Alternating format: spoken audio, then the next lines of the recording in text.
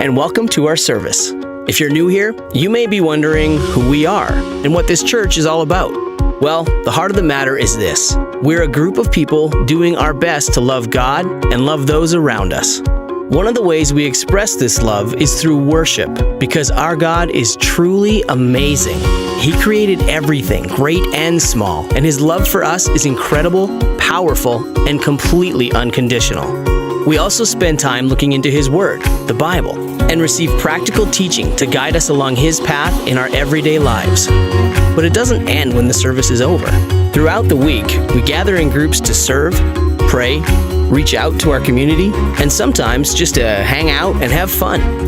Life is full of challenges, and none of us are perfect. But we believe that's one of the reasons God has brought us together. We're all here to help and support each other through each step of life's journey, because nobody should have to travel alone. So thanks for joining us today. No matter who you are, we want you to know you are welcome.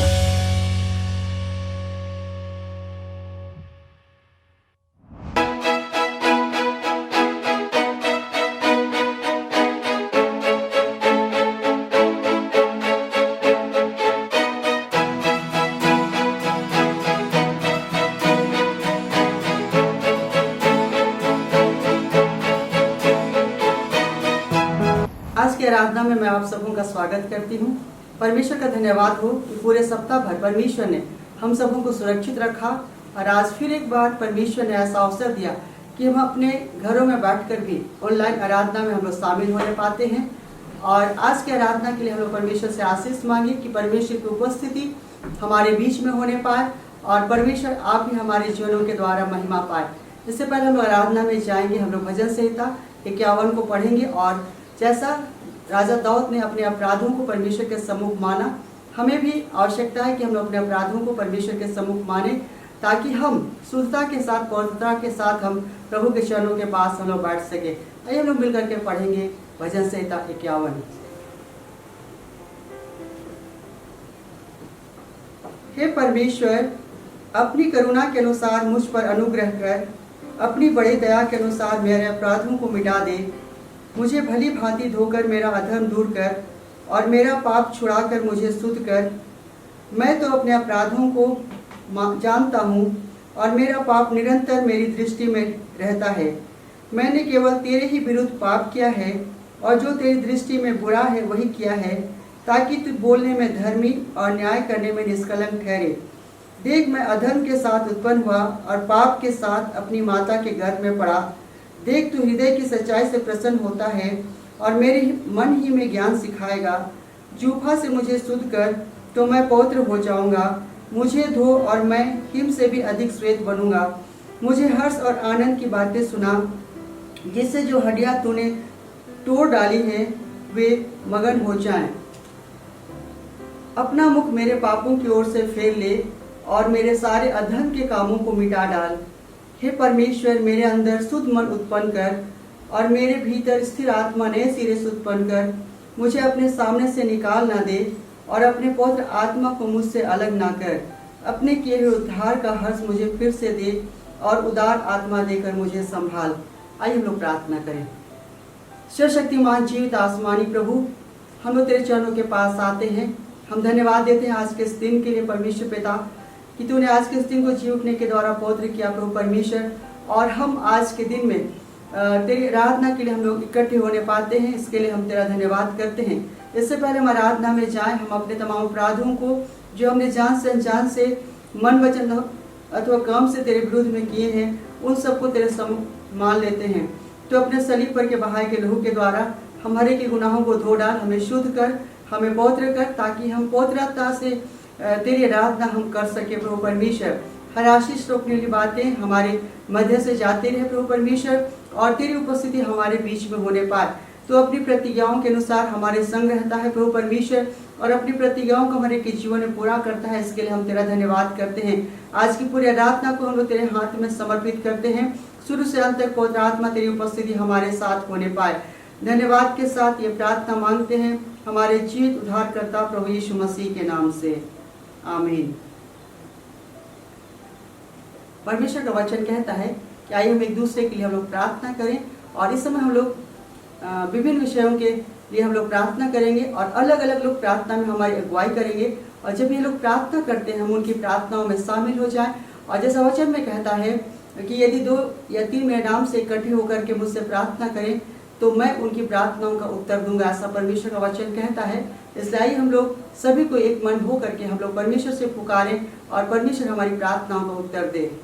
प्रार्थना में जाने से पहले हम लोग परमेश्वर के वचन से सुनेंगे। जो वचन अभी के लिए है फिलिपी 4 का 4 से लेकर 7 तक। फिलिपी 4 का 4 से 7 तक वचन कहता है, प्रभु में सदा आनंदित रहो। मैं फिर कहता हूँ आनंदित रहो। तुम्हारी कोमलता सब मनुष्यों पर प्रकट हो। प्रभु निकट है। किसी भी बात की चिंता मत करो, परंतु हर एक बात में तुम्हारे निवेदन, प्रार्थना और विनती के द्वारा धन्यवाद के साथ परमेश्वर के सम्मुख उपस्थित किए जाए। तब परमेश्वर की शांति जो सारी समझ से परे है तुम्हारे हृदय और तुम्हारे विचारों को मसीह यीशु में सुरक्षित रखेगी। आइए हम लोग प्रार्थना करेंगे। खुदावन परमेश्वर पिता, इस समय हम आपके पास आते हैं और विशेषकर प्रार्थना करते हैं इस समय जबकि सारे संसार में कोरोना का प्रभाव है और ऐसी स्थिति में कितने लोग परमेश्वर पिता बेरोजगार है, कितने लोग बीमार है, उस कोरोना से प्रभावित है। उनको छूइए और चंगाई दीजिए, क्योंकि आपका वचन कहता है मैं तुम्हारा चंगा करने वाला परमेश्वर हूँ। सामर्थी प्रभु, इस परिस्थिति में कितने लोग परमेश्वर पिता बेरोजगार हो गए हैं। परमेश्वर कितनों को भोजन नहीं है, कितने परमेश्वर असहाय है, कितनों की रोजगार चली गई है और कितने परमेश्वर मजदूर कई जगह फंसे हुए हैं और लोग परमेश्वर पिता अपने घर तक आने के लिए उनको पैसे नहीं है। ऐसे स्थिति में तो उनको हर एक को तो संभाल खुदावन।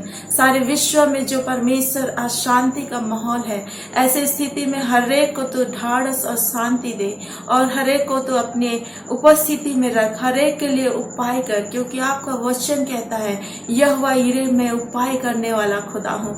यस लॉर्ड, हर एक के लिए तो उपाय कर, हर एक को तो परमेश्वर पिता उनके रहने के लिए, जिनको घर नहीं है, जिनको खाने के लिए नहीं है, उनका उपाय कर। और जो बेरोजगार है खुदावन, ओ सामर्थी प्रभु उनके लिए उपाय कर, यहोवा यिरे उपाय कर। सामर्थी प्रभु, आपका वचन कहता है कि मांगो तो तुम्हें दिया जाएगा। यस लॉर्ड, आज मैं इस पूरे संसार में, पूरे विश्व में जो परमेश्वर अलग अलग तरह के समस्या से पीड़ित है खुदावन, हर एक के लिए आशीष को मांगती है खुदावन। उन पर अनुग्रह कर, तरस खाइए और अपनी करुणा में हाथ, दया में हाथ बढ़ा लीजिए और तेरी उपस्थिति में परमेश्वर हर एक को संभाल। हर एक, कितने लोग, कितने घर परमेश्वर बिखर रहे, टूट रहे, कितने घर परमेश्वर पिता अशांत में है। ऐसी स्थिति में आप ही परमेश्वर शांति दीजिए, क्योंकि आपका वचन कहता है मैं तुम्हारा शांति देने वाला खुदा हूँ, तुम्हारा मन व्याकुल ना हो। यस लॉर्ड, हर एक को शांति दीजिए, हर एक को परमेश्वर पिता अपनी उपस्थिति में रख, हर एक के लिए उपाय कर, यहोवा यिरे उपाय कर। सामर्थी प्रभु, ओ सामर्थी प्रभु, ना तो बल से ना तो शक्ति से, पर तेरी आत्मा के द्वारा हो जाए। यहोवा दे खुदा, हर एक कोई परमेश्वर पिता आशीष को पाने पाए।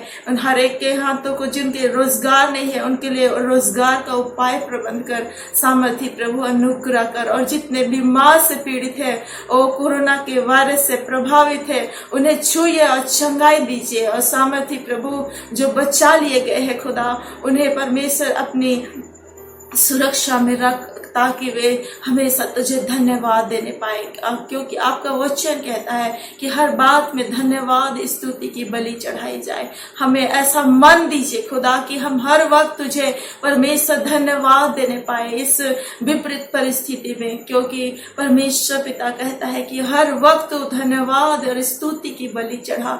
इस वचन के द्वारा हम हर एक को ऐसा मन दे, बल दे, सामर्थ दे और तेरी उपस्थिति में रख। इस छोटी सी दुआ को मैं यीशु नासरी के नाम से मांगती हूँ, आमीन। महान दयालु अनुग्रहकारी परमेश्वर, हम आपका धन्यवाद करते हैं, आपकी स्तुति में हम प्रशंसा करते हैं प्रभु जी। तेरे चरणों तले आते हैं प्रभु परमेश्वर, क्योंकि तू हमारा सामर्थी परमेश्वर है। हे युग युग के राजा और युगानुयुग से जीवते परमेश्वर, तूने हमें बनाया है प्रभु हम तेरा धन्यवाद करते हैं प्रभु परमेश्वर कि तू हमारे सृष्टि का मालिक है पिता परमेश्वर, हमारा रचयिता है प्रभु, हमारा बचाने हारा है प्रभु, तो हमारा तारणहार है, पालनहार है मेरे परमेश्वर। हम तहे दिल से तेरे बेहद शुक्रगुजार होते हैं प्रभु जी। तेरी बड़ी दया और अनुग्रह से हमने आज का दिन देखा है प्रभु जी। प्रेम पिता परमेश्वर, तूने अपना जीवता श्वास हमें दिया है और हमें सुरक्षित रखा है प्रभु परमेश्वर, और तेरी दया ही से हम प्रभु परमेश्वर आज का जीवन को पाने पाते हैं प्रभु परमेश्वर, और हम तेरे चरणों के पास में आने पाते हैं प्रभु परमेश्वर, क्योंकि तू चाहता है कि हम तुझसे संगति करें प्रभु, और अपने हृदय की बातें तुझसे खोल के कहें, ताकि तू हमारी प्रार्थनाओं को सुने और उत्तर प्रदान करे प्रभु जी। प्रेम पिता परमेश्वर, तहे दिल से तेरे बेहद शुक्रगुजार होते हैं प्रभु जी, क्योंकि जीवन देने वाला प्रभु परमेश्वर तू ही है। जीवन की सारी बातें तेरे ही पास है प्रभु, तू हमारे उत्तम आशीषें देते हुए मिलता है मेरे राजा। तहे दिल से हम तेरे बेहद शुक्रगुजार होते हैं प्रभु परमेश्वर, और विनती करते हैं प्रभु, आज जो हमारे प्रभु परमेश्वर देश की हालत है प्रभु, समस्त संसार में प्रभु प्रेम पिता परमेश्वर ये कोरोना वायरस फैला हुआ है प्रेम पिता परमेश्वर, लेकिन हम तेरी ओर देखते हैं प्रभु परमेश्वर, क्योंकि तू हमें सब कुछ भरपूरी से प्रदान करने वाला परमेश्वर है प्रेम पिता। हम चाहते हैं प्रभु परमेश्वर ये कोरोना वायरस से प्रभु परमेश्वर सारी दुनिया को तू छुटकारा दे मेरे राजा, क्योंकि तू छुटकारा देने वाला परमेश्वर है प्रभु। हे सामर्थी परमेश्वर, हम तेरे पास आए, तू राजाओं का राजा और प्रभुओं का प्रभु है पिता परमेश्वर, क्योंकि तू ही हमारी प्रार्थनाओं को सुनता और उत्तर प्रदान करता है पिता। प्रेम पिता परमेश्वर, विनती करते हैं अपने देश के प्रधानमंत्री के लिए प्रभु, मोदी के लिए हम प्रार्थना करते हैं प्रभु, उसे प्रेम पिता परमेश्वर, प्रेम पिता अपनी बुद्धि दे प्रभु, अपना ज्ञान दे, अपनी समझ दे प्रभु परमेश्वर, कि देश को चलाने पाए प्रभु परमेश्वर। इस कठिन समय में प्रेम पिता परमेश्वर तू ही हमारा आसरा भरोसा विश्वास है प्रभु जी। प्रेम पिता परमेश्वर, उसे ऐसा ज्ञान दे, ऐसी बुद्धि दे प्रभु, ताकि इस हमारे प्रभु परमेश्वर भारतवर्ष को प्रेम पिता परमेश्वर अच्छे से चलाने पाए प्रभु जी। प्रेम पिता परमेश्वर, तू सर्वशक्तिमान ईश्वर है पिता। प्रेम पिता परमेश्वर, तू मांगने से बढ़कर देने वाला परमेश्वर है प्रभु। हम अपने राज्य के लिए हम तुझसे प्रार्थना करते प्रभु परमेश्वर। प्रेम पिता परमेश्वर, हेमंत सोरेन के लिए हम प्रार्थना करते पिता परमेश्वर, कि हमारा राज्य झारखंड प्रेम पिता परमेश्वर, जहाँ तेरे लोग रहते हैं प्रभु जी, अपने लोगों की तू सुधि करने वाला परमेश्वर है पिता, चलाने वाला परमेश्वर है प्रभु, बचाने वाला परमेश्वर है तू प्रेम पिता परमेश्वर। हम विनती करते प्रभु तेरे अपने विश्वासी भाइयों बहनों के साथ हो प्रभु परमेश्वर, उनके साथ हो पिता परमेश्वर, वो जो भी युक्तियाँ करते हैं प्रभु परमेश्वर, प्रेम पिता लोगों की भलाई के लिए होने पाए प्रभु। प्रेम पिता परमेश्वर, तेरे लोग प्रभु अमन चैन शांति से प्रभु परमेश्वर तेरी आराधना स्तुति महिमा प्रशंसा करने पाए प्रभु जी। उन लोगों के साथ हो प्रेम पिता परमेश्वर, जो कि प्रेम पिता परमेश्वर तंग हाली में है मेरे परमेश्वर, जिन्हें प्रभु रोजगार नहीं है मेरे राजा। प्रेम पिता परमेश्वर, हम तुझसे विनती करते हैं प्रभु परमेश्वर, कि जल्द से जल्द प्रभु परमेश्वर ये वायरस का असर खत्म होने पाए प्रभु जी, ताकि लोगों को प्रेम पिता परमेश्वर अमन चैन शांति मिले पिता, उन्हें नौकरी मिले पिता परमेश्वर, उनकी रोजी रोटी का प्रबंध करने पाए प्रभु प्रेम पिता परमेश्वर। प्रेम पिता तू ही प्रेम पिता परमेश्वर सब लोगों को प्रभु प्रेम पिता परमेश्वर सब कुछ प्रदान करने वाला परमेश्वर है पिता। इसलिए हम तेरे चरणों के पास आए हैं प्रभु जी, क्योंकि तू ही हमारी प्रार्थनाओं को सुनने वाला और उत्तर देने वाला परमेश्वर है पिता। हे राजा है मेरे परमेश्वर, जो प्रभु परमेश्वर भलाई के कामों में लगे हुए हैं प्रभु परमेश्वर, उन डॉक्टरों के साथ हो मेरे राजा, उन सफाई कर्मियों के साथ हो प्रभु, नर्सों के साथ हो मेरे राजा। प्रेम पिता परमेश्वर, हम तुझसे विनती करते हैं मेरे राजा मेरे परमेश्वर, यदि वे बीमार हो गए प्रभु परमेश्वर, तो प्रेम पिता परमेश्वर पेशेंट लोग की कौन सेवा करेगा मेरे स्वामी, उन्हें तू भला चंगा और स्वस्थ रख मेरे राजा। हम तेरा दिल से बेहद शुक्रगुजार होते प्रभु परमेश्वर, क्योंकि तू हमारी प्रार्थनाओं को सुन लेता और उत्तर प्रदान करता है प्रभु जी। धन्यवाद करते हैं प्रेम पिता परमेश्वर, क्योंकि जो कार्य तू हमारे लिए करता है हानि की नहीं वरन प्रेम पिता परमेश्वर तू हमारी भलाई के लिए करता है प्रभु, और अंत में तू हमारी आशा को पूरी करेगा। प्रेम पिता परमेश्वर, आज प्रभु परमेश्वर राज्य पर राज चढ़ाई के लिए प्रेम पिता परमेश्वर, तो स्वामी प्रेम पिता परमेश्वर चढ़ाई के लिए प्रेम पिता परमेश्वर हो रहे हैं मेरे स्वामी। प्रेम पिता, हम तुझसे विनती करते हैं प्रभु परमेश्वर, ऐसी सारी परिस्थिति से प्रभु निकलने की शक्ति और सामर्थ्य तू हमें दे प्रभु परमेश्वर, क्योंकि हमारा देश एक शांति प्रिय देश है मेरे स्वामी। प्रेम पिता परमेश्वर, हम चाहते हैं कि सब मेल प्रेम और शांति से रहें प्रभु जी, और शांति से समझौता वार्ता होने पाए प्रभु जी, ताकि लड़ाई का माहौल खत्म होने पाए प्रभु, और सब मेल प्रेम से प्रभु निपटने पाए मेरे स्वामी, ताकि प्रभु प्रेम पिता परमेश्वर बहुतों का प्रेम पिता परमेश्वर लहू न बहने पाए मेरे परमेश्वर, उनके घर में आनंद शांति बनी रहे, जिनके घर में प्रेम पिता परमेश्वर प्रेम पिता जो प्रभु परमेश्वर मृत्यु को प्राप्त हुए हैं प्रभु, उनके घर में कितनी अशांति है, कितना तनाव है प्रभु, कितना दुख है मेरे स्वामी, जिन्हें हम प्रभु परमेश्वर देखते हैं प्रभु, और हमारे जी में जी नहीं रहता, वे किसी के दुलारे हैं मेरे परमेश्वर। प्रेम पिता परमेश्वर, उनकी सहायता कर प्रभु, उनकी रक्षा कर, उनकी अगुवाई कर प्रभु परमेश्वर। प्रेम पिता, अपने हाथ बढ़ा प्रभु जी, हाथ बढ़ा मेरे परमेश्वर, आशीष कर प्रभु, हमारे इस झारखंड क्षेत्र को आशीष कर प्रभु। प्रेम पिता परमेश्वर, जो लड़ाई के मैदान में लड़ रहे हैं उन्हें आशीष कर मेरे राजा, उन्हें अपने लहू में छिपा मेरे परमेश्वर। प्रेम पिता परमेश्वर, क्योंकि प्रेम पिता हमारा देश प्रभु एक शांति प्रिय देश है प्रभु। वो चाहता है कि हर एक काम शांतिपूर्ण निपटाया जाए मेरे परमेश्वर। तूने ऐसी बुद्धि देना, ऐसा ज्ञान देना, ऐसे लड़ने की शक्ति और सामर्थ्य देना प्रभु परमेश्वर, कि प्रेम पिता हर लड़ाई को प्रभु बहुत सोच विचार करके वो लड़ने पाए मेरे परमेश्वर। प्रेम पिता परमेश्वर, हम तुझसे मांगते हैं प्रभु परमेश्वर कि प्रेमी पिता जितने भी लोग हैं प्रभु आज जो इस वायरस के कारण से प्रभु परमेश्वर दर दर भटक रहे हैं प्रभु, जो प्रेम पिता अपने घर पहुंचना चाह रहे हैं पहुंच नहीं पा रहे हैं प्रभु, रास्ते में ही प्रेम पिता परमेश्वर में कुछ हो जा रहे हैं मेरे राजा। प्रेमी पिता, कितनी दुख की बात है मेरे स्वामी। प्रेम पिता कितने दूर दूर प्रेमी मजदूरी करने के लिए गए हुए थे प्रभु, लेकिन अपने घर नहीं पहुंचने पाते हैं मेरे स्वामी, और रास्ते में उनकी मौत हो जाती है प्रभु जी। ऐसों को संभालिए प्रभु, संभालिए मेरे परमेश्वर। और प्रेम पिता परमेश्वर, दुख के वातावरण से उन्हें निकालिए प्रभु। प्रेम पिता परमेश्वर, उनका उपाय कीजिए प्रभु, क्योंकि आप यहोवा यीरे हैं मेरे परमेश्वर, और हम तेरा धन्यवाद करते हैं मेरे राजा। हे सर्वशक्तिमान ईश्वर, तू हमारी प्रार्थनाओं को सुनने वाला, उत्तर देने वाला परमेश्वर, हम तेरी जय जयकार करते हैं, जय जयकार करते हैं कि जो प्रार्थना हम प्रभु परमेश्वर तुझसे करते हैं, क्योंकि तू हमारी प्रार्थनाओं को सुन के उत्तर देने वाला परमेश्वर है पिता। तेरा हाथ ऐसा छोटा नहीं हो गया जो हमारा उद्धार न कर सके प्रभु पिता परमेश्वर। धन्यवाद करते हैं, धन्यवाद करते हैं, और सारी आदर महिमा गौरव तुझे देते हुए इस प्रार्थना को तेरे बेटे प्रभु यीशु ख्रीष्ट के नाम से मांगते हैं। सुनो दया स्वर्गराज में ग्रहण कर, आमीन। प्रभु की महिमा हो। आइए इस घड़ी हम प्रत्येक के लिए प्रार्थना करते हैं, जितने लोग दुख में हैं, जितने लोग बीमार हैं, चाहे आपकी बीमारी कितनी बड़ी हो, चाहे आपका दुख कितना बड़ा भी हो, आज उस बीमारी से, उस दुख से इस बात को कहे कि हे बीमारी, हे दुख, यीशु मसीह तुमसे बड़ा है, जिस पे भरोसा हम करते हैं। एक वचन हम पढ़ते हैं मरकुस रचित सुसमाचार उसका 10वां अध्याय, उसका 47 पद को और 48 पद को कहते हैं, वह यह सुनकर कि यीशु नासरी है, पुकार पुकार के कहने लगा, हे दाऊद की संतान यीशु मुझ पर दया कर। बहुतों ने उसे डांटा कि चुप रहे, पर वह और भी पुकारने लगा कि हे दाऊद की संतान मुझ पर दया कर। सचमुच ये अंधा भिखारी के बारे में कहा जा रहा है, और ये भिखारी आदमी अंधा बर्तन में बार बार यीशु मसीह को देख के पुकारने लगा, लेकिन लोग उसे मना करने लगे, मत पुकार, चुप रह, डांटने लगे, लेकिन वो आ भी पुकारा। हो सकता है कि आपका भरोसा, आपका शरीर आज पुकारने में यीशु मसीह को, चाहे आपका जुबान नहीं खुल रहा होगा, लेकिन मेरे प्रियो सचमुच आपको जहां तकलीफ है, दर्द है, या किडनी में प्रॉब्लम है, या सिर में दर्द है, या आंखों की रोशनी कम है, या लहू का बीमारी है, चाहे किसी प्रकार की बीमारी हो, आज उस जगह अपने हाथ को रखें और एक हाथ उठाएं और यीशु के सामने अपने होठों को खोलिए, और सचमुच आज यीशु इसी घड़ी आपको चंगा करने जा रहा है। आइए हम लोग दुआ करते हैं। दयालु प्रभु परमेश्वर पिता, हम धन्यवाद करते हैं, तू महान, जीवित और पवित्र परमेश्वर है, कोई नहीं तेरे तुल्य प्रभु जी। हर एक देवी देवता प्रभु जी दावा करते हैं, लेकिन तू उससे बढ़कर है प्रभु जी। तू दावा नहीं प्रभु जी, तू हकीकत है प्रभु जी। तू ही हमारा जान है, तू हमारा प्रिय परमेश्वर है प्रभु जी।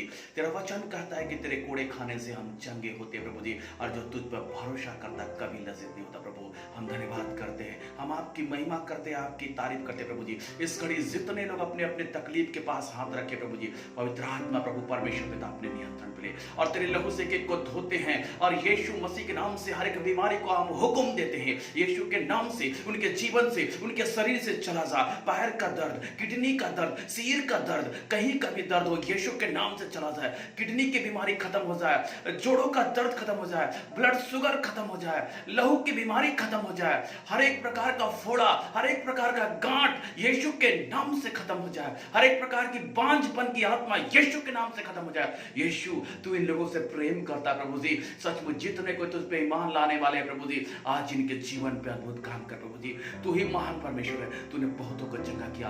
आज भी परमेश्वर पिता तूने इनके जीवन में जितने लाल समुद्र के रूप में प्रभु जी बाधाएं पड़ी हुई है, इनके आगे जाने में प्रभु जी हर बाधाएं यीशु के नाम से प्रभु जी, हर बाधाएं यीशु के नाम से रास्ता बन जाए लाल समुद्र के समान। और इस बीमारी से, इस प्रॉब्लम से, इस समस्या से, इस निराशा से, इस गरीबी से, इस बेरोजगारी से ये बाहर निकले और आपकी महिमा होने पाए। यीशु हम तेरे हाथ में सौंपते प्रभु जी। सचमुच परमेश्वर पिता हम धन्यवाद करते हैं। सीमा नाम की बहन है जो अपने दर्द से बहुत तकलीफ है, घुटने के दर्द से, इस घड़ी प्रभु उसको चंगा करने जा रहा है। रोहित जिसका किडनी में दर्द है, यीशु उनको चंगा करने जा रहा है। सुशीला जिनके पैर में हमेशा दाहिने पैर में दर्द है, उसको यीशु चंगा करने जा रहा है। यीशु के नाम से, यीशु के नाम से अपने दाहिना हाथ बढ़ा और यीशु के नाम से तेरी चंगाई उतारा यीशु। और इस घड़ी इस बहनों को तू चंगा कर और तेरी महिमा होने पाए प्रभु जी। हम धन्यवाद करते हैं यीशु, तूने चंगा किया, हम धन्यवाद करते हैं यीशु मसीह के नाम से, आमीन। सभी भाई बहनों को प्रार्थना के लिए मैं धन्यवाद देती हूँ। और अब हम लोग का समय है आराधना का, और इस समय भाई धीरज के साथ में हम लोग परमेश्वर की आराधना करें। और आइए हम लोग आत्मा और सच्चाई से मिलकर के हम प्रभु की स्तुति करें, प्रभु की महिमा करें। सबों को आज के इस आराधना में स्वागत है। आइए हम लोग आज की आराधना को शुरू करते हुए हम लोग रिवाइवल सॉन्ग से गाएंगे, सॉन्ग नंबर 89। रिवाइवल सॉन्ग से सॉन्ग नंबर 89। सारी सृष्टि के मालिक तुम ही हो, सारी सृष्टि के रक्षक तुम ही हो, करते हैं तुझको सादर प्रणाम, गाते हैं तेरे गुणगान।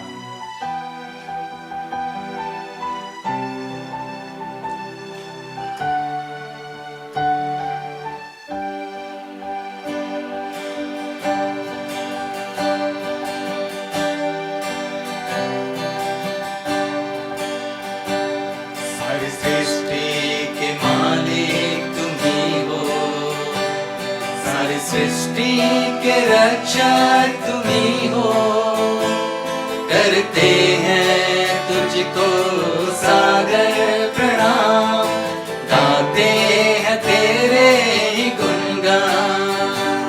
सारी सृष्टि के मालिक तुम ही हो, सारी सृष्टि के रक्षक तुम ही हो, करते हैं तुझको सादर प्रणाम, गाते हैं तेरे ही गुणगान। हा हा हा हालेलुया, हा हा हा हालेलुया, हा हा हा हालेलुया, हा हा हा हालेलुया, हा हा हालेलुया, हा हा हा हालेलुया, हा हा हा हालेलुया, आमीन। सारी सृष्टि को तेरा सहारा, सारे संकट से हमको बचाना, तेरे हाथों में जीवन हमारा है, अपनी राह पर हमको चलाना। सारी सृष्टि को तेरा सहारा, सारे संकट से हमको बचाना, तेरे हाथों में जीवन हमारा है, अपनी राह पर हमको चलाना। हा हा हा हालेलुया, हा हा हा हालेलुया, हा हा हा हालेलुया, हा हा हा हालेलुया, हा हा हा हालेलुया,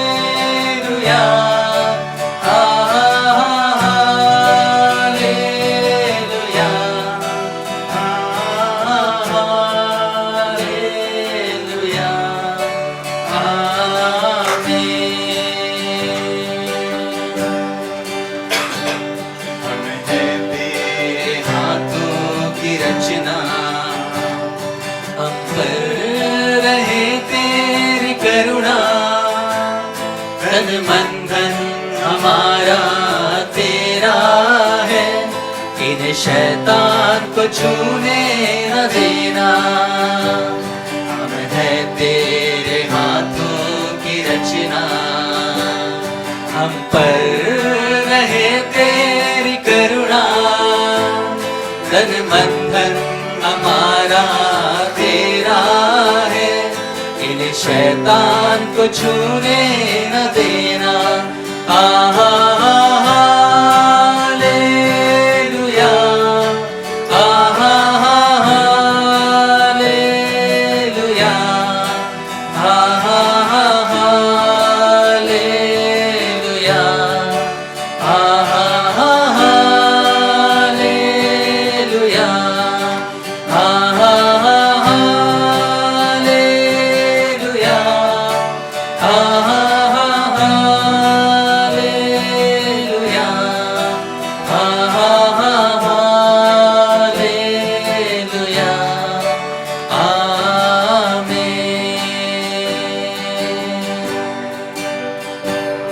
अब दूर नहीं है किनारा, धीरज को हमारे बढ़ाना। जीवन की हमारी इस नैया को भवसागर में खोने न देना। अब दूर नहीं है किनारा, धीरज को हमारे बढ़ाना। जीवन की हमारी इस नैया को भवसागर में खोने न देना। हालेलुया, हालेलुया, हालेलुया,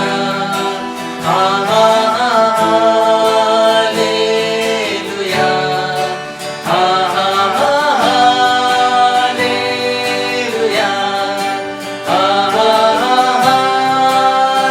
हालेलुया,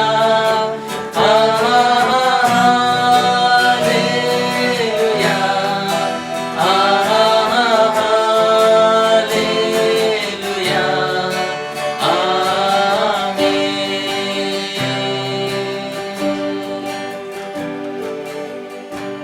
सचमुच में सारी सृष्टि का मालिक हमारा परमेश्वर। इसलिए आइए हम लोग और भी अधिकारी रीति से उस परमेश्वर की स्तुति करें, उसकी महिमा करें, उसकी प्रशंसा करें, उसकी जय जयकार करें। आइए हम लोग और एक गीत गाएंगे रिवाइवल सॉन्ग से, सॉन्ग नंबर 83। पावन है वह प्रभु हमारा, उसकी जय जयकार करो। निर्बल का वो बल है प्यारा, उसकी जय जयकार करो।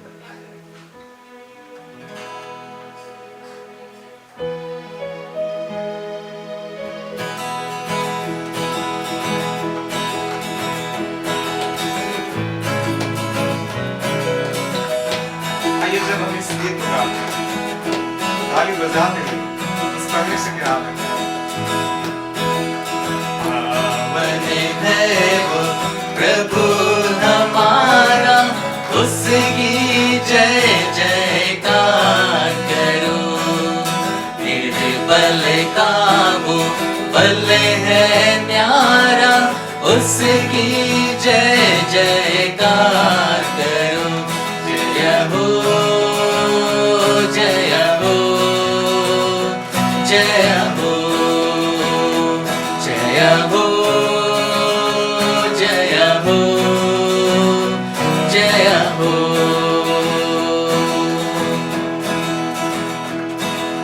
दीन दुखियों का है दाता, भटके हुओं को राह दिखाता। दीन दुखियों का है दाता, भटके हुओं को राह दिखाता। सीधे मार्ग में हमें चलाता, सीधे मार्ग में हमें चलाता।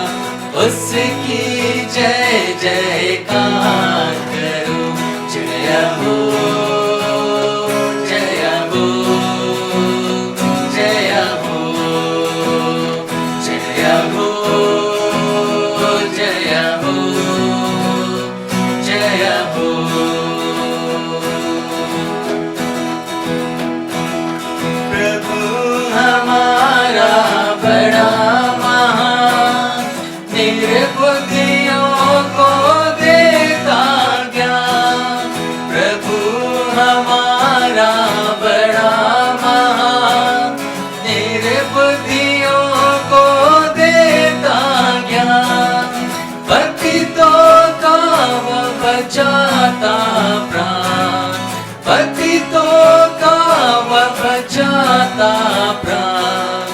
उसकी जय जयकार करो, जय हो जय हो जय हो जय हो जय हो जय हो।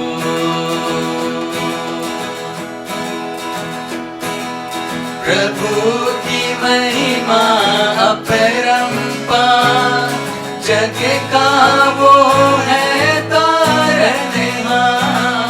प्रभु की महिमा अपरंपार, जग का वो है तारनहार। मारो से अपना दान, मारो से अपना दान। उसकी जय जयकार करो, जय हो जय हो जय हो जय हो जय हो जय हो। पावन है वो प्रभु हमारा, उसकी जय जयकार करो। तेरे पल का वो पल है न्यारा, उसकी जय जयकार करो। जय हो जय हो जय हो जय हो जय हो जय हो।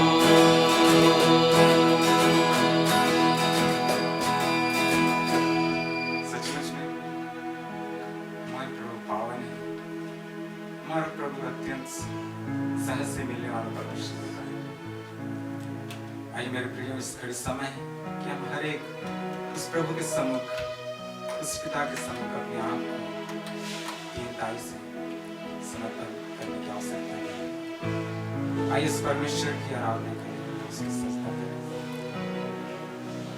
सचमुच में हमारा परमेश्वर पवित्र है, पवित्र है, वो इतना पवित्र है कि हम जितने भी धन्यवाद दें वो हमारे लिए बहुत ही थोड़ा है मेरे प्रिय।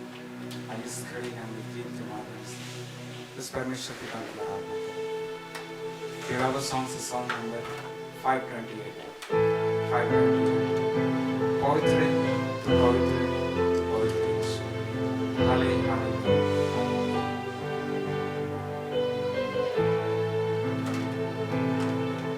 पवित्र तू पवित्र तू पवित्र यीशु।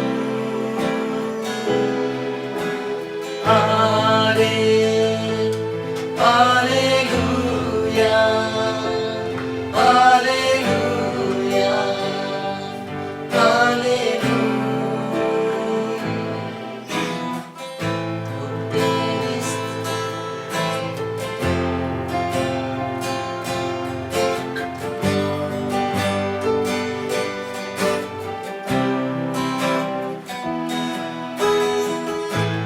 तेरी स्तुति और आराधना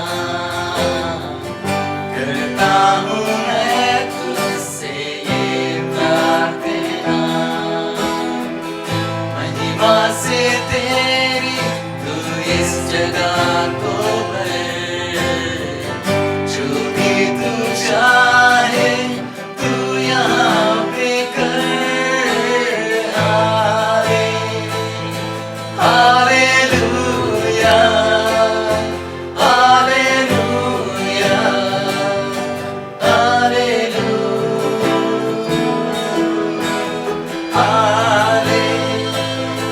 हालेलुया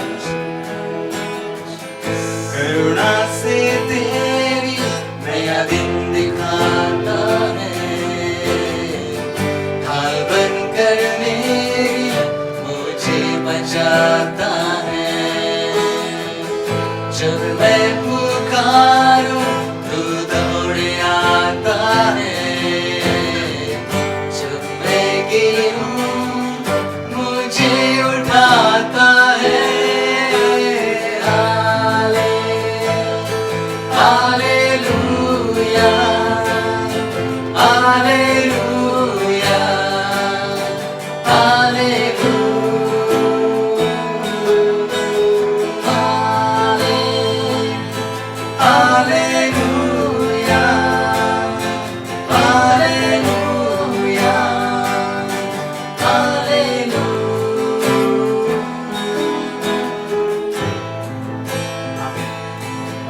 सारे जहां में दूसरा कोई ना है, ना कुछ होगा। हम प्रभु हम बोले कि आपके सम्मुख आते हैं, आपकी आराधना करते हैं, आपकी स्तुति करते हैं, आपकी प्रशंसा करते हैं।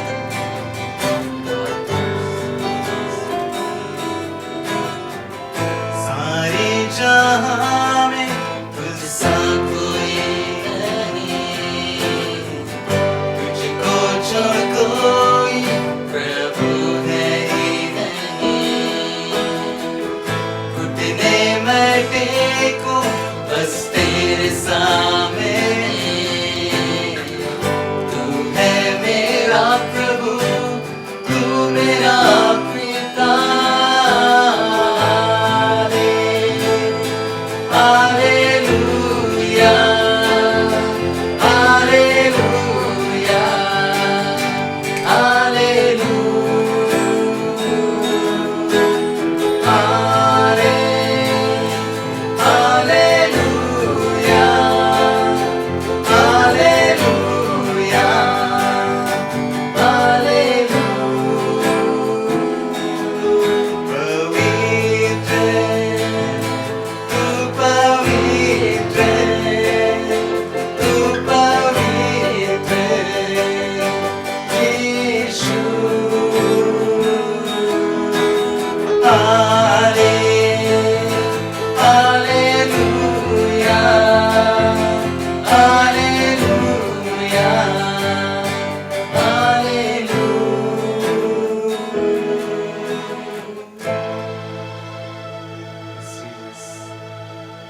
हाँ पिता परमेश्वर, हम आपकी आराधना करते हैं पिता परमेश्वर, आपकी स्तुति करते हैं, आपकी प्रशंसा करते हैं। हाँ पिता परमेश्वर, हम धन्यवाद करते हैं पिता कि आज की आराधना है पिता परमेश्वर, इससे आप के क्षण को पिता परमेश्वर छूए, अपनी आत्मा से आप परिपूर्ण कर रहे हैं मेरे खुदा। हाँ पिता परमेश्वर, होने दीजिए इसके लिए जितने लोग भी पिता परमेश्वर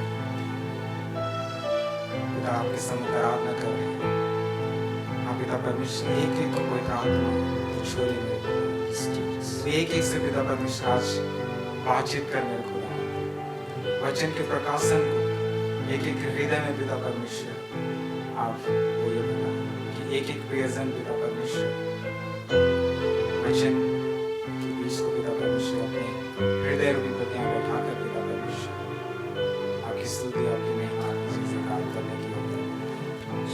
आप पिता परमेश्वर इस पूरे समय को आपके हाथ में सौंपते हैं, मैसेज देने वालों को आपके हाथ में सौंपते हैं पिता परमेश्वर। आपकी पवित्र आत्मा साथ हो लीजिए पिता, वो नहीं लेकिन पवित्र आत्मा आप एक एक प्रियजनों से आप बातचीत परमेश्वर हर बात के आपके सौंपते हैं, सारा आदर सारी महिमा आपको देते हैं। तो मांगते हैं प्रभु यीशु ख्रिस्त के नाम से, आप यह सुनिए और स्वर्ग राज्य में ग्रहण कीजिए। आमीन।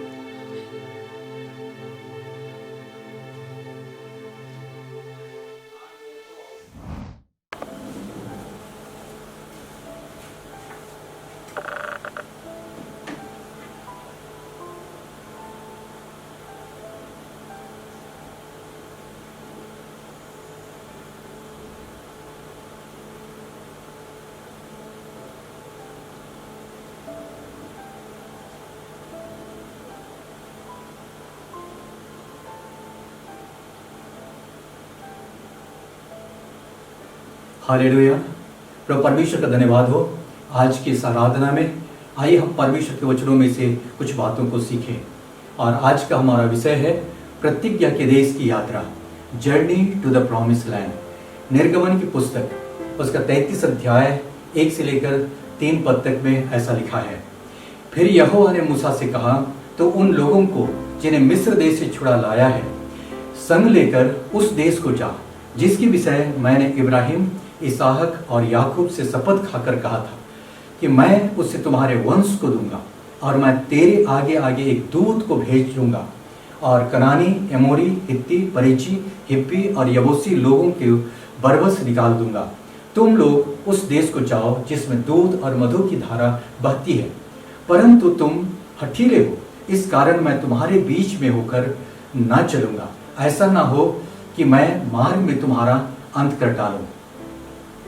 यहां पर यह वचन जो आपके सामने पढ़ा गया, परमेश्वर और मूसा के बीच का बातचीत का वर्णन है।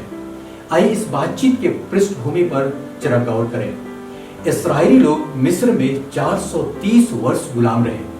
वहां का राजा फिरौन उनसे बेगारी कराता था, और जैसा लिखा है, इस्राएली कठिन सेवा के कारण लंबी लंबी सांसें लेकर आहे भरने लगे और पुकार उठे, और उनकी दुहाई जो कठिन सेवा के कारण हुई वह परमेश्वर तक पहुंची। तब उसने मूसा की अगुवाई में इस्राएलियों को वहां से निकालने का उसने उपाय किया कि प्रतिज्ञा के देश की ओर वे उनको ले जाएं। और उसी के क्रम में ये बातें जिसको हमने पढ़ा, ये बातें हुई। यहाँ पर वही परमेश्वर जो इस्राएलियों को मिस्र की गुलामी से निकाल लाया, वही परमेश्वर जो उनको प्रतिज्ञा के देश की ओर लिए जा रहा था, उसको कहना पड़ा कि मैं तुम्हारे बीच में होकर ना चलूंगा। ऐसा ना हो कि मैं मार्ग में तुम्हारा अंत कर डालूं। आइए सीखें कि इस्राएलियों का मिस्र देश से प्रतिज्ञा के देश तक की यात्रा हम विश्वासियों के जीवन यात्रा से कितना मिलता जुलता है, कि हम अपने जीवन का मूल्यांकन करें कि कहीं हम भी उन्हीं गलतियों को तो नहीं दोहरा रहे हैं। आइए कुछ बातों पर हम लोग गौर करें।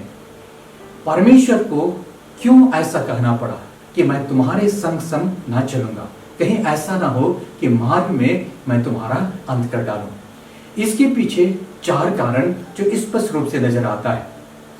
पहला चीज, इस्राएलियों की निर्भरता परमेश्वर पर नहीं था, परंतु वो लोग उस बात पर निर्भर करते थे कि वो लोग कितना कर सकते हैं, उनमें कितना दम है, वो लोग मिस्रियों की या तो शत्रुओं का कितना सामना कर सकते हैं। दूसरी बात, इस्राएली गुलामी मानसिकता को भी अपने साथ साथ लिए जा रहे थे। तीसरी बात, इस्राएली अपने आरामगाह या कंफर्ट जोन में बने रहने का यत्न करते थे, वो लोग बने रहना चाहते थे। चौथी बात, इस्राएलियों का मन आशीषों पर था, ना कि आशीष देने वाले पर। आइए एक एक करके इन चारों पॉइंट का हम लोग अध्ययन करेंगे। पहली बात, इस्राएलियों की निर्भरता परमेश्वर पर ना होकर अपने ऊपर था। यहाँ पर मूसा के नेतृत्व में परमेश्वर ने मिस्र देश पर 10 विपत्तियां भेजा। वहां मिस्र का राजा वो तबाह हो गया। उसके बाद उनको निकाल करके ये लोग अब कनान देश की यात्रा की ओर चले जा रहे हैं। मिस्र छोड़ करके अब जब ये लोग आए, तब वो लोग लाल समुद्र के पास पहुंचे।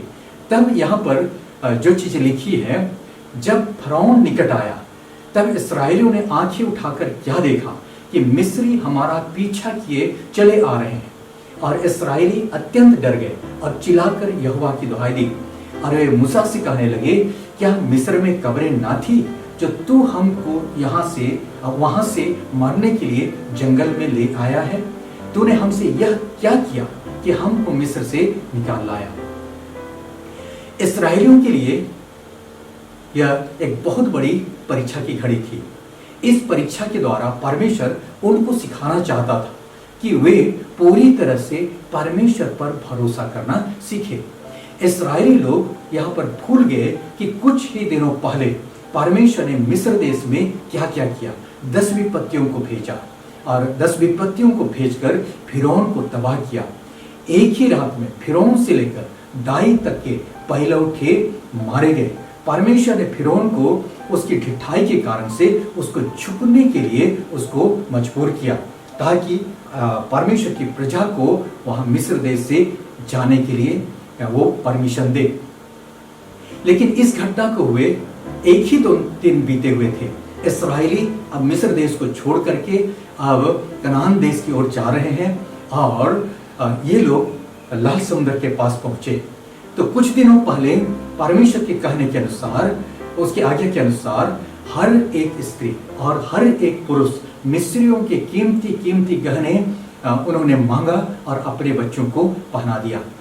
अब ये लोग लाल समुद्र के पास पहुंचे। वे जीवन भर की गुलामी के बाद पहली बार खुली हवा में सांस ले रहे थे। उनकी खुशी देखते ही बनती थी। इतनी खुशी इसके पहले शायद ही उनको कभी अनुभव हुआ था। इतने में अचानक उनको पीछे की तरफ से धूल उड़ता हुआ दिखाई दिया। पहले वो लोग इसको आंधी समझे होंगे, पर पास आने पर उनको पता चला कि यह कोई आंधी नहीं थी, यह तो फिरौन की सेना थी जो उनको लूटने और फिर से गुलामी में उनको वापस ले जाने के लिए आई थी। अब तक के परमेश्वर के कामों को उन्होंने देखा था कि किस रीति से परमेश्वर ने मिस्रियों के साथ किया, लेकिन अब इस समय इस संकट की घड़ी में परमेश्वर के सारे काम को वो लोग भूल गए। वे भूल गए कि अब तक परमेश्वर कुछ दिनों पहले उनके लिए कैसे कैसे अद्भुत काम किया था और अब भी कर सकता था, तो वह अब भी कर सकता है। उनको चाहिए था कि वे परमेश्वर पर भरोसा रखें, लेकिन वो लोग रोने और चिल्लाने लगे। वो लोग मूसा पर कुड़कुड़ाने लगे और मूसा से कहने लगे, क्या मिस्र में कब्रें ना थी जो तू हमको वहां से यहां मरने के लिए जंगल में ले आया है। तो इस रीति से इस्राएली लोग एक बार परमेश्वर का दुहाई दिए, फिर मूसा पर बिगड़ पड़े और फिर वो लोग हाय तौबा मचाने लगे। मूसा ने लोगों से कहा, डरो मत, खड़े खड़े वो उद्धार का काम देखो जो यहोवा आज तुम्हारे लिए करेगा, क्योंकि जिन मिस्रियों को तुम आज देखते हो उनको फिर कभी ना देखोगे। यहोवा आप ही तुम्हारे लिए लड़ेगा, इसलिए तुम चुप रहो। यहां पर लोगों के समूह को दो ग्रुपों में हम बांट सकते हैं, दो समूहों में। एक तरफ इस्राएल की सारी मंडली और दूसरी तरफ अकेला मूसा। इस्राएल की मंडली जो फिरौन की सेना से आतंकित थी, वे उसके अनुसार रिएक्ट कर रहे थे जो उन्हें दिखाई दे रहा था। यानी ये लोग यहाँ तक तो लाल समुद्र तक आ गए थे, लेकिन फिरौन की सेना उनका पीछा करते हुए चली आ रही है और इनको फिर से मार काट मचा सकती है और इनको फिर मिस्र देश वापस ले सकती है। उनका भरोसा अपनी क्षमता पर था कि हम कितना सामना कर सकते हैं, हम उनके साथ क्या कर सकते हैं, हमारे पास कितने हथियार हैं, या फिर हम क्या कर सकते हैं। इस पर उनका यानी उनकी दृष्टि थी। दूसरी तरफ मूसा था, जिसको परमेश्वर की बातें और उसकी प्रतिज्ञाएं और उसके सामर्थ्य पर पूरा विश्वास था और परमेश्वर पर भरोसा करके सारी मंडली की कुड़कुड़ाहट को झेलता हुआ चला आ रहा था।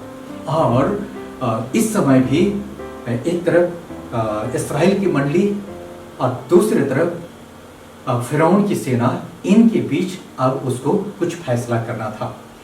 यही उन बातों में से एक कारण था जिनके कारण से परमेश्वर ने इस्राएलियों से कहा कि मैं तुम्हारे संग ना चलूंगा। इस जीवन यात्रा में, प्रतिज्ञा के देश तक की यात्रा में, यहाँ पर कई बार इन इस्राएलियों के बारे में हम लोग पाते हैं कि ये लोग कुड़कुड़ाने में लगे हुए थे। परमेश्वर जबकि बदलता नहीं है, वह तब और अब एक सा है। जो उस पर भरोसा करते हैं उनके लिए वह बड़े बड़े काम करता है। इस घटना के अनेक वर्षों के बाद भी जब इस्राएलियों के विरुद्ध में अराम की सेना दल बांध करके आई, उस समय की बात है। बड़े भोर को जब एलीसा का सेवक उठा, उसने सामने की पहाड़ियों की तरफ दृष्टि किया। उसने क्या देखा कि सामने के पहाड़ शत्रुओं के रथ और घोड़ों से भरा हुआ है। वह विलाप करने लगा, हाय तौबा मचाने लगा, हाय मेरे स्वामी, हाय मेरे स्वामी, हम तो नाश हो गए। तब एलीशा ने वहां क्या किया, उसके लिए विनती किया कि हे प्रभु, इसकी आंखों को खोल दे। इसके बाद जब सेवक ने अपनी ओर के पहाड़ों की तरफ दृष्टि किया तो उसने क्या देखा कि अपने तरफ का पहाड़ अग्निमय रथों और घोड़ों से भरा हुआ है।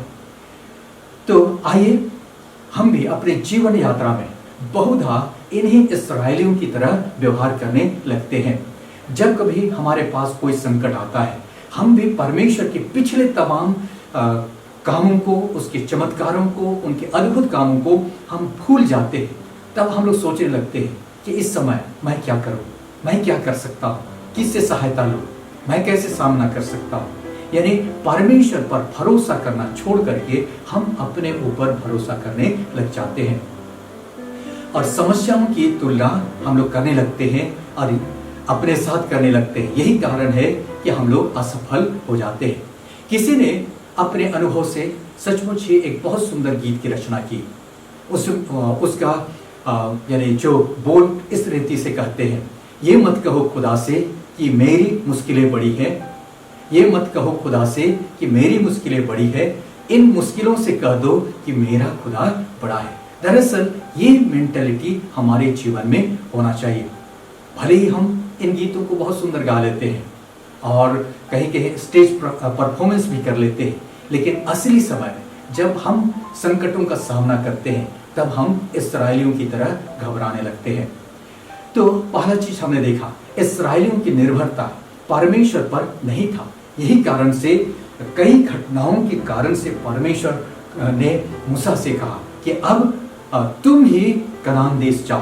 क्यों? क्योंकि परमेश्वर ने प्रतिज्ञा किया और परमेश्वर अपने प्रतिज्ञाओं से पीछे नहीं हटता है और वो बदलता नहीं। तो उसने कहा तुम ही अब इनको कनान देश लेकर के जाओ, लेकिन मैं तुम्हारे साथ नहीं चलूंगा। दूसरा पॉइंट आइए हम लोग सीख लेते हैं। इस्राएली गुलामी मानसिकता को लिए चल रहे थे। थोड़ी देर पहले जैसे हमने बताया कि इस्राएली लोग 430 वर्ष तक मिस्र में गुलाम थे और वहां गुलामी के समय में उनके साथ बेगारी कराया जाता था। तो एक बार मैंने एक कहानी पढ़ा। उसमें बताया जा रहा था कि हाथी पालने वाले लोग किस रीति से हाथियों के साथ व्यवहार करते हैं। हाथियों को पालने वाले लोग बचपन में छोटे हाथी को रस्सी से बांध देते हैं और वो उसको तोड़ नहीं सकता है, जिसके कारण से वहीं पर बैठा रहता है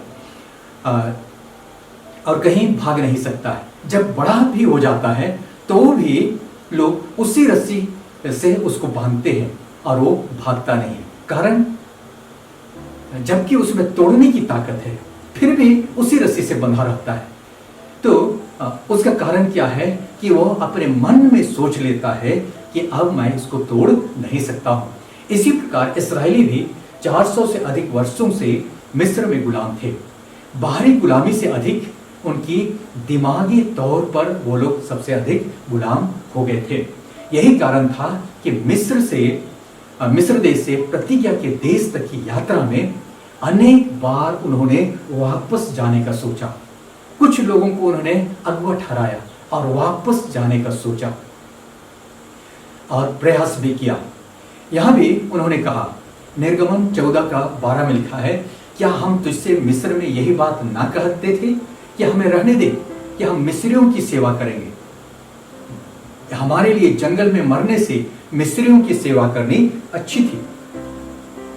ऐसा वो लोग कहने लगे कि मिस्र की गुलामी से परमेश्वर ने उनको कुछ ही दिनों पहले छुटकारा दिया, लेकिन उनकी गुलामी मानसिकता अब तक खत्म नहीं हुई थी और उससे छुटकारा पाने में उनको पूरे 40 साल लगे।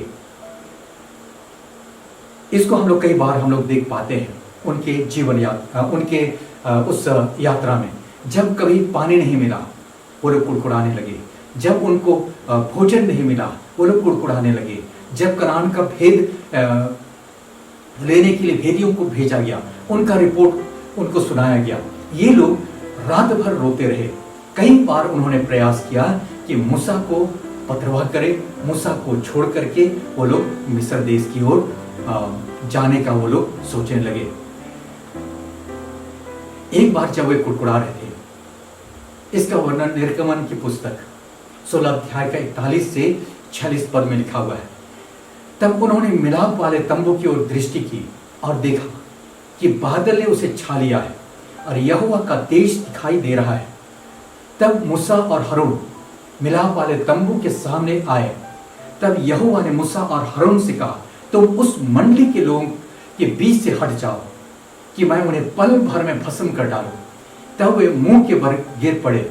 और मूसा ने हारून से कहा, धूपदान को लेकर उसमें बेदी से आग रखकर उस पर धूप डाल, मंडली के पास फुर्ती से जाकर उनके लिए प्रायश्चित कर, क्योंकि यहोवा का कोप अत्यंत भड़का है और मरी फैलने लगी है।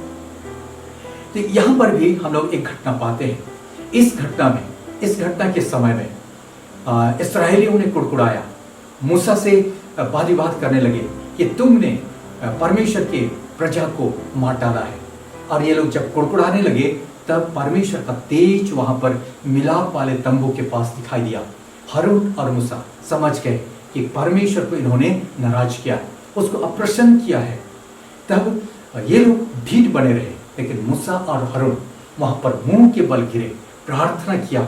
और हारून से मूसा ने कहा कि जाओ, धूप दान लेकर के वेदी के अंगारों में से भर लो, वेदी के आग में से उसमें धूप डाल करके इन लोगों के लिए प्रायश्चित करो, क्योंकि मरी फैलने लगी है। तब इन्होंने प्रायश्चित किया और मरी थम गई। इस प्रकार इस्राएलियों की गुलामी मानसिकता बार बार उनको मिस्र की गुलामी की ओर वापस ले जाने के लिए प्रेरित करता था। इतना ही नहीं, वे कई बार विद्रोह करने पर भी उतारू हो गए। इसीलिए परमेश्वर ने कहा कि इस कारण मैं तुम्हारे बीच में होकर ना चलूंगा, ऐसा ना हो कि मैं मार्ग में तुम्हारा अंत कर डालूं।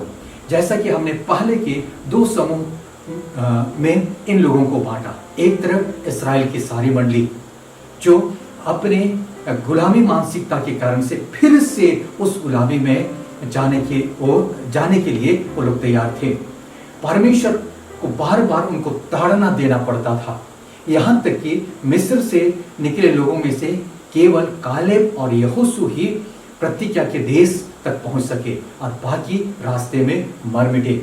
दूसरी ओर मूसा था जो कि परमेश्वर की प्रतिज्ञा के आस लगाए हुए इन लोगों की अगुवाई करता हुआ लिए जा रहा था। हमारे लिए यहाँ पर यही सीख है कि हम भी परमेश्वर को हम अप्रसन्न न करें। जरूरी कि परमेश्वर ने हमें पुराने जीवन से स्वतंत्र किया और पाप की गुलामी से हमें स्वतंत्र किया, लेकिन अब हमें आवश्यकता है कि हम अपनी जीवन यात्रा में पीछे की बातों को छोड़कर आगे की ओर बढ़ें। गलातियों की पत्री 5 अध्याय के 1 पद में लिखा है, मसीह ने स्वतंत्रता के लिए हमें स्वतंत्र किया है, सो इसी में स्थिर रहो और दासत्व के जुए में फिर से ना जुटो। यीशु को ग्रहण करने के बाद हमारा आत्मा नया हो जाता है, लेकिन हमारा शरीर इसमें पुराना स्वभाव, पुरानी आदतें, पुराना विचारधारा और पुरानी बातें जो हमारे जीवन में पाया जाता है, जिसको छोड़ना या नया करना हमारा कर्तव्य है, वो हमें पकड़े रहता है। गलातियों 5:13 में लिखा है, हे भाइयों, तुम स्वतंत्र होने के लिए बुलाए गए हो, परंतु ऐसा ना हो कि यह स्वतंत्रता शारीरिक कामों के लिए अवसर बने। तो हमारे लिए यहाँ एक सीख है कि जिसको हमने इस समय पढ़ा, क्योंकि परमेश्वर का वचन कहता है गलातियों 5:17 में, क्योंकि शरीर आत्मा के विरुद्ध लालसा करती है और आत्मा शरीर के विरुद्ध, ये दोनों एक दूसरे के विरोधी हैं, इसलिए कि जो कुछ तुम करना चाहते हो वो ना कर सको। इसलिए वचन कहता है, ध्यान से देखो कि तुम कैसी चाल चलते हो। प्रभु को ग्रहण करके, प्रभु को अपना उद्धारकर्ता स्वीकार करके हमारा जीवन आत्मा नया हो जाता है, लेकिन इस शरीर को भी आत्मा के अनुसार चलने के लिए हमें डिसिप्लिन करने की आवश्यकता है। तो आइए हमने इन 2 चीजों को देखा। इस्राएलियों की निर्भरता परमेश्वर पर नहीं, लेकिन अपनी योग्यता पर उनकी निर्भरता थी। दूसरी बात हमने सीखा, इस्राएलियों की गुलामी मानसिकता जो कि फिर से बार बार मिस्र की ओर ले जाने के लिए अग्रसर इनको करता था। तीसरी बात आइए हम लोग सीख लें, इस्राएली अपने आराम का, या तो जिसको कंफर्ट जोन कहते हैं, उसमें बने रहना चाहते थे। इसीलिए परमेश्वर ने कहा कि मैं तुम्हारे बीच में होके ना चलूंगा, ऐसा ना हो कि मैं मार्ग में तुम्हारा अंत कर डालूं। ऐसा कहने के पीछे तीसरा कारण यही था कि इस्राएली लोग अपने कंफर्ट जोन में ही बने रहना चाहते थे। छोटी छोटी चीजों को और छोटी छोटी चीजों को वो लोग बड़ा बनाया करते थे और उन्हीं चीजों पर उनका मन और ध्यान लगा रहता था। जैसे गिनती की पुस्तक 11 अध्याय का 5 पद में हम लोग पाते हैं, वो लोग कहने लगे, हमें वे मछलियां स्मरण है जो हम मिस्र देश में सेंत में खाया करते थे, और वे खीरे और खरबूजे और गंदने और प्याज और लहसुन भी, परंतु अब हमारा जी घबरा गया है, यहाँ पर इस मन्ना को छोड़ और कुछ भी देख नहीं पड़ता है। ऐसा वो लोग कहने लगे। 20 से 30 लाख इसराइली मिस्र देश की गुलामी छोड़ करके चले आए। परमेश्वर उनको अद्भुत चीजें खिलाता हुआ चला आ रहा है। मन्ना जिसको कभी उन्होंने कल्पना भी नहीं किया, स्वादिष्ट चीज, और जो उनको बल और सामर्थ्य देता था। लेकिन यहाँ पर ये लोग कहने लगे, इनसे अब हमारा जी भर गया है और कुछ वो लोग चाहते हैं। लेकिन जिनको ये मन्ना बिल्कुल पसंद नहीं, उनको वो पुराने दिन याद आने लगे, गुलामी वो लोग भूल गए।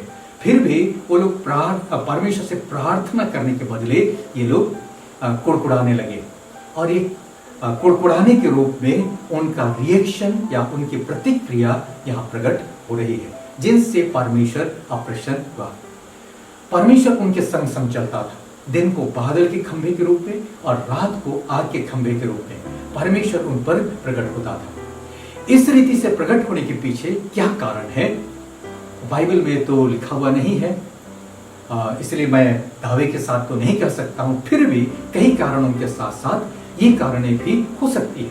पहला चीज, मरुभूमि के 2 अति वाले मौसम से उनकी सुरक्षा हो। मरुभूमि का मौसम दिन को चमड़ी जलने की तरह वहां पर गर्म हवा चलती है, और रात को हड्डियां कपा देने वाली ठंडक। तो ऐसे समय में परमेश्वर अपने इन 20 से 30-35 लाख लोगों को सुरक्षित लिए जा रहा था, और दिन को वो बादल के खंभे के रूप में प्रकट होता था ताकि इनको छाया मिले और अच्छे मौसम में वो लोग चले। और रात के समय जबकि ठंड पड़ती है, उस समय ये परमेश्वर आग के खंभे के रूप में, अग्नि के खंभे के रूप में उन पर प्रकट होता था ताकि उनको रास्ता दिखे, उनको उजाला हो, और ये लोग इन पर ठंड का असर ना पड़े। तो यही कारण था कि उन 40 वर्षों के यात्रा में उनके कपड़ों के बारे में लिखा है कि उनके कपड़े कभी नहीं फटे, उनके जूते इन 40 वर्षों में घिसे नहीं। तो कपड़े प्रायः कब फटते हैं? गर्मी के मौसम में, जब पसीने अधिक आते हैं। संभवतः मुझको ऐसा लगता है कि ये लोग बिल्कुल समशीतोष्ण मौसम में वो लोग यात्रा करते थे। दिन को परमेश्वर उनको छाया किए रहता था और रात के वक्त उनको गर्मी प्रदान करता था। फिर भी उनके पास, जबकि वो लोग अपने साक्षात आंखों से परमेश्वर को देखा करते थे, फिर भी उनके पास शिकायत ही शिकायत हुआ करता था। व्यवस्था विवरण उसका 8 अध्याय 2 से 3 पद में लिखा है, और स्मरण रख कि तेरा परमेश्वर यहोवा उन 40 वर्षों में तुझे सारे जंगल के मार्ग से इसलिए ले आया है कि वह तुझे नम्र बनाए और तेरी परीक्षा करके यह जान ले कि तेरे मन में क्या क्या है, और कि तू उनकी आज्ञाओं का पालन करेगा या नहीं। और स्मरण रख कि तेरा परमेश्वर यहोवा उन 40 वर्षों में तुझे सारे जंगल के मार्ग में से इसलिए ले आया है कि वह तुझे नम्र बनाए और तेरी परीक्षा करके यह जान ले कि तेरे मन में क्या क्या है, और कि तू उसकी आज्ञाओं का पालन करेगा या नहीं। उसने तुझको नम्र बनाया और भूखा भी होने दिया, और वह मन्ना जिसे ना तू और ना तेरे पुरखा ही जानते थे, वही तुझको खिलाया, इसलिए कि वह तुझको सिखाए कि मनुष्य केवल रोटी ही से नहीं जीवित रहता, परंतु जो जो वचन यहोवा के मुख से निकलते हैं उनसे वह जीवित रहता है। आइए इस संसार के थोड़े दिन के समय के बारे में हम अपने मन में एक बात को बिठा ले। ये थोड़े दिन का समय दरअसल परीक्षा का समय है। इसमें हमारे विश्वास की परीक्षा होती है और परमेश्वर कई एक उतार चढ़ावों को हमारे जीवन में होने देता है। कभी ये भरपूरी का समय, कभी हो सकता है पतझड़ का समय, कभी कई प्रकार का समय से हमें गुजरना पड़ता है। कभी बीमारी से, कभी संकट से, कभी दुखों से परमेश्वर गुजारता है। तो ये चीजें परीक्षा की घड़ी, ताकि हमारा विश्वास प्रभु परमेश्वर पर दृढ़ हो और मजबूत हो और हम परमेश्वर की उपस्थिति में हम संग संग चल सके। वैसे परमेश्वर हमारे संग संग चलता है। इब्रानी 13:5 में लिखा है, मैं तुम्हें कभी नहीं छोड़ूंगा, कभी नहीं त्यागूंगा। पहला तीमुथियुस 6:12 में लिखा है, विश्वास की अच्छी कुश्ती लड़ और उस अनंत जीवन को धर ले जिसके लिए कि तू बुलाया गया और बहुत गवाहों के सामने अच्छा अंगीकार किया। तो इस रीति से हमने देखा कि इस्राएली लोग परमेश्वर पर निर्भर नहीं हो पाए थे। इस्राएलियों की गुलामी मानसिकता थी जो अपने साथ वो लोग लिए जा रहे थे। तीसरी बात थी, इस्राएली अपने कंफर्ट जोन में रहना चाहते थे कि सब कुछ केवल अच्छा ही अच्छा होता जाए।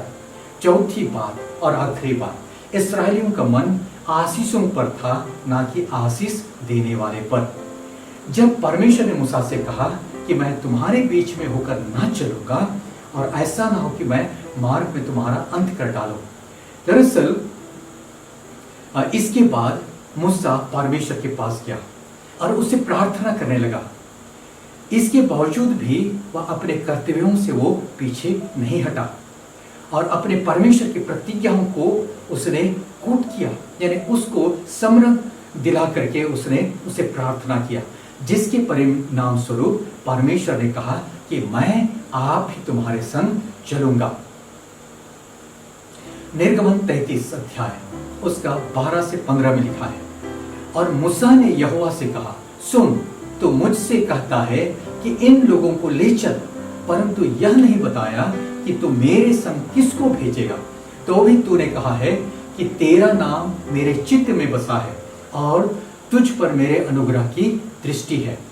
यहाँ पर मूसा यहोवा से प्रार्थना करने लगा और कहने लगा कि अब कि तू तो कहता है कि मैं तुम्हारे संग नहीं चलूंगा, सो तू मुझसे कहता है कि इन लोगों को ले चल, और ये नहीं बताया कि मेरे संग किसको भेजेगा। और तू कहता है कि तेरा नाम मेरे चित्त में बसा है और तुझ पर मेरे अनुग्रह की दृष्टि है। इसलिए वह आगे प्रार्थना करने लगा, और अब यदि मुझ पर तेरे अनुग्रह की दृष्टि हो तो मुझे अपनी गति समझा दे, अपनी गति समझा दे, अपनी योजना मुझे समझा दे, अपनी बातें समझा दे, अपना रास्ता समझा दे, जिससे जब मैं तेरा ज्ञान पाऊं तब तेरे अनुग्रह की दृष्टि मुझ पर बनी रहे। फिर इसकी भी सुधीर कर कि यह जाति जो भी कि ये कुड़कुड़ाती है, जो भी कि ये पीछे जाना चाहती है, जो भी कि तुझे अप्रसन्न करती है, इस बात की सुधि ले कि यह जाति तेरी प्रजा है। इस बात पर परमेश्वर ने कहा, मैं आप चलूंगा और तुझे विश्राम दूंगा। उसने उससे कहा, यदि तू आप ना चले तो हमें यहाँ से आगे ना ले जा। यहाँ पर मूसा के विचारों का हम लोग देखते हैं कि वो आशीषों पर उसकी नज़र नहीं है, लेकिन आशीषों का देने वाला पर उसकी नज़र है। और यहाँ पर तो समूहों में से इस्राएल की मंडली वो आशीषों को पाने के लिए कि मुझे क्या मिलना चाहिए, मुझे क्या मिलेगा, या यह मिलना चाहिए या वह मिलना चाहिए, बस इसी पर इस्राएल की मंडली है। लेकिन मूसा की प्रार्थना में एक बात स्पष्ट दिखता है कि उसकी नज़रें आशीषों को पाने पर नहीं, लेकिन आशीषों को देने वाले पर लगी हुई थी। और आगे जैसा लिखा हुआ है, और अब यदि मुझ पर तेरे अनुग्रह की दृष्टि रहे तो मुझे अपनी गति समझा दे, जिससे जब मैं तेरा ज्ञान पाऊं तब तेरे अनुग्रह की दृष्टि मुझ पर बनी रहे। फिर इसकी भी सुधि कर कि यह जाति तेरी प्रजा है।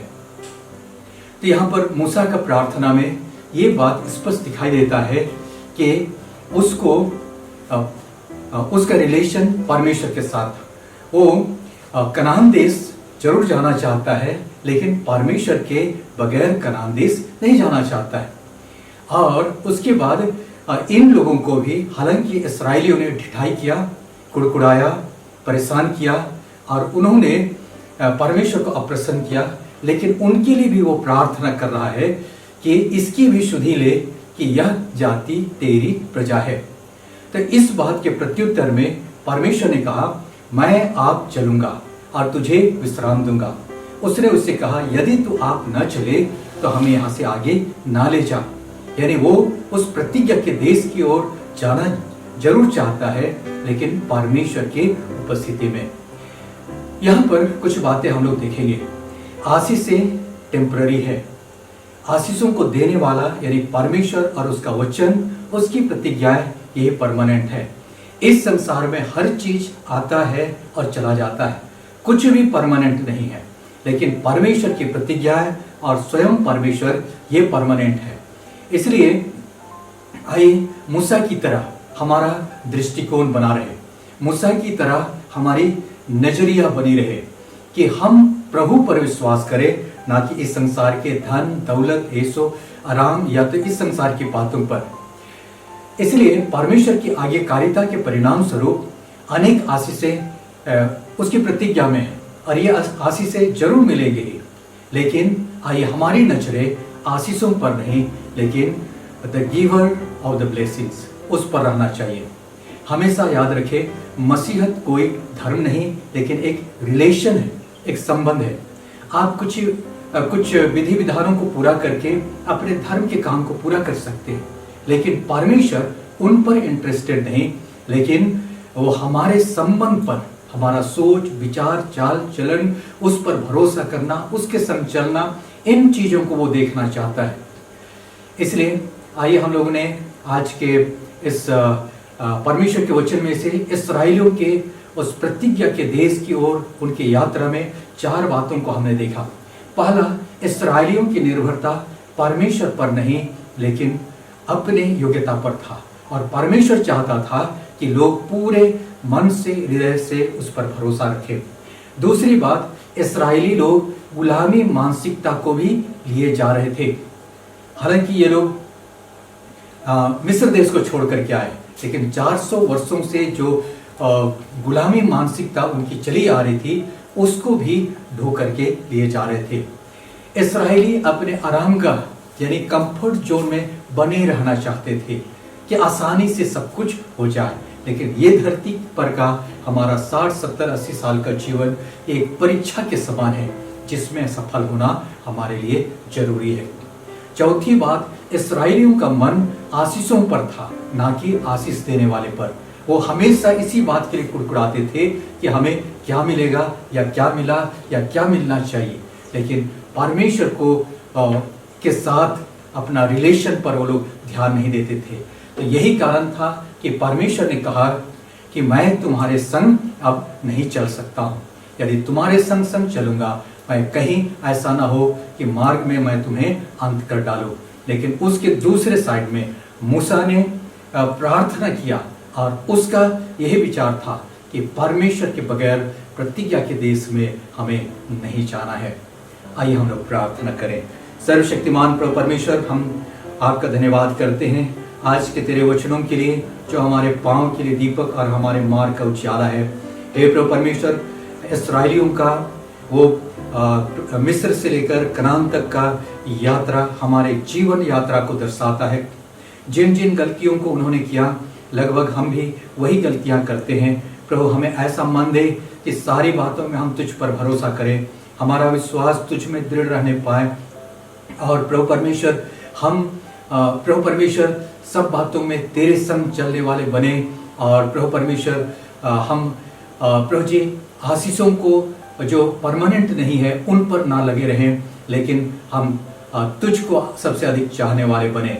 जितने लोग आज की इस आराधना में भिन्न भिन्न जगहों से जुड़े हुए हैं, एक एक को तेरे हाथ में मैं सौंपता हूँ। नाम बाराम तो बहुत आयत के साथ आशीष दे, एक एक को संभाल, उनके घर की जरूरतों को पूरा कर। और उनके घर परिवार को संभालने में तो आशीष दे।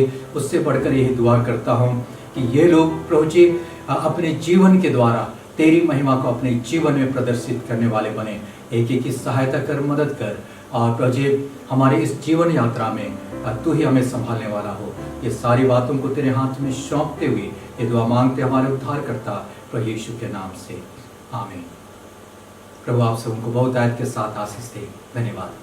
आइए हम लोग आज की इस आराधना को अंत करते हुए हम लोग गीत गाएंगे। रिवाइवल सॉन्ग से सॉन्ग नंबर 441, क्या दे सकता हूँ क्या ला सकता हूँ, कहता तुझे बस शुक्रिया।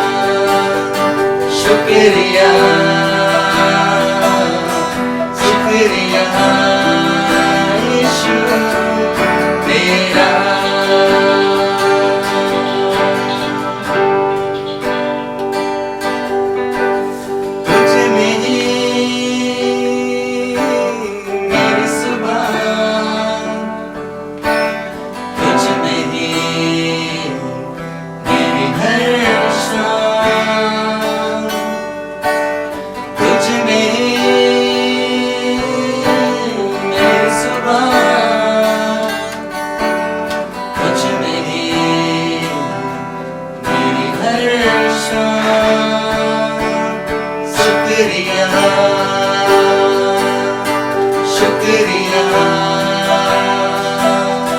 शुक्रिया तेरा शुक्रिया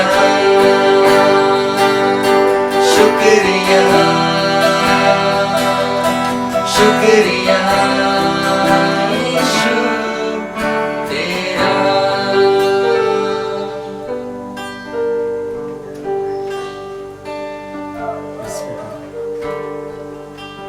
धन्यवाद करते हैं खुदा, आपका शुक्रिया अदा करते हैं मेरे खुदा आज के इस दिन के लिए पिता परमेश्वर, कि आपने पिता परमेश्वर वचन के माध्यम से पिता परमेश्वर हमें कई सारी बातों को सिखाया। हाँ पिता परमेश्वर, हम धन्यवाद करते हैं पिता परमेश्वर। मन दे जो खुदावन आज इतने प्रिय लोगों ने पिता परमेश्वर आपके पवित्र वचन को सुना है। हाँ खुदावन पिता परमेश्वर, होने दीजिए एक एक को पिता परमेश्वर अपने वचन से पिता परमेश्वर तू परिपूर्ण करने खुदा, एक एक को पिता परमेश्वर तू अभिषेक से भर दे मेरे वचन। पिता परमेश्वर धन्यवाद करते हैं कि एक बातों के लिए पिता परमेश्वर, और इस दिन के लिए हम धन्यवाद करते हैं कि आपने हम हर एक प्रियों को दिया पिता, कि हम ऑनलाइन के माध्यम से पिता परमेश्वर आपकी आराधना को कर ले पाते हैं। और पिता परमेश्वर सचमुच आप राजाओं के राजा हैं, प्रभु के प्रभु, कभी ना बदलने वाले पुरुष पिता है। आप पिता परमेश्वर ऐसी महामारी, ऐसी क्लेश के बावजूद भी पिता परमेश्वर आपने पिता परमेश्वर हम हर एक को ऐसा अवसर दिया पिता परमेश्वर कि हम ऑनलाइन आराधना के माध्यम से पिता परमेश्वर आपकी स्तुति, आपकी आराधना करने पाते हैं। मान लीजिए पिता परमेश्वर, जितने लोग भी देख रहे, जितने लोग भी पिता परमेश्वर हमारे साथ पिता परमेश्वर आपकी आराधना में शामिल है, एक एक को पिता परमेश्वर तो छूले मेरे पिता, एक एक से पिता परमेश्वर आज के वचन से तो निश्चय ही बातचीत किया कि इसके लिए आपका धन्यवाद करते हैं। धन्यवाद करते सारी बातों के लिए, सारा आदर महिमा आपको देते हैं। दुआ मांगते हैं प्रभु यीशु ख्रिस्त के नाम से। दया सुनिए और स्वर्ग के राज्य में ग्रहण कीजिए। आमीन।